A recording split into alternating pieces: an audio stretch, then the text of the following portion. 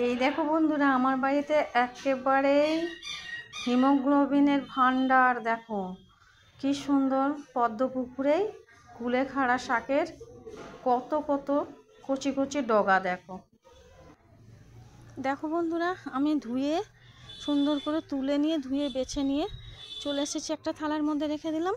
তো এবার চলো এটাকে একটা বড়ার রেসিপি বানাই।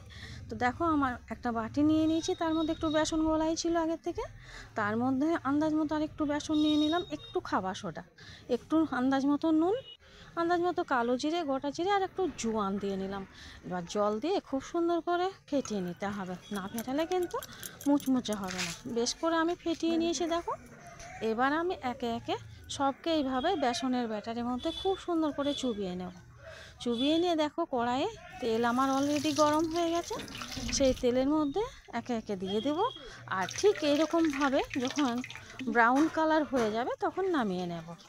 দেখো একে একে আমি চুবিয়ে চুবিয়ে নিচ্ছি আর তেলের মধ্যে ভেজে নিচ্ছি। তো এইভাবেই তোমরা যেন অবশ্যই একদিন বাড়িতে বানিয়ে খেয়ে দেখবে। তোমাদের বাচ্চারা তো ভীষণ আনন্দে খেতে থাকবে। অনেক বাড়িতে বাচ্চারা যে বাড়িতে খেতে চায় না এই শাক পাতা, তারা কিন্তু খুব সুন্দরভাবে অনায়াসে এই বড়া বানিয়ে দিলে খেয়ে নেবে। তো এইভাবে দেখো আমি ছেলে থেকে বুড়ো সবাই কিন্তু খেতে ভালোবাসবে। বানিয়ে নিলাম বড়ার রেসিপি। চলো এবার তোমাদের পরিবেশন করে দেখিয়ে দিই। বন্ধুরা, আমার ভিডিওটা কেমন লাগলো অবশ্যই একটা কমেন্ট করে জানাবে, আর ভালো লাগলে অবশ্যই অন্যদেরকে দেখার জন্য একটা সুযোগ করে দিও শেয়ার করে, আর লাইক করে দিও অবশ্যই। আর দেখো এবার আমি তোমাদেরকে খেয়ে দেখাচ্ছি কতটাই মুচমুচে হয়েছে।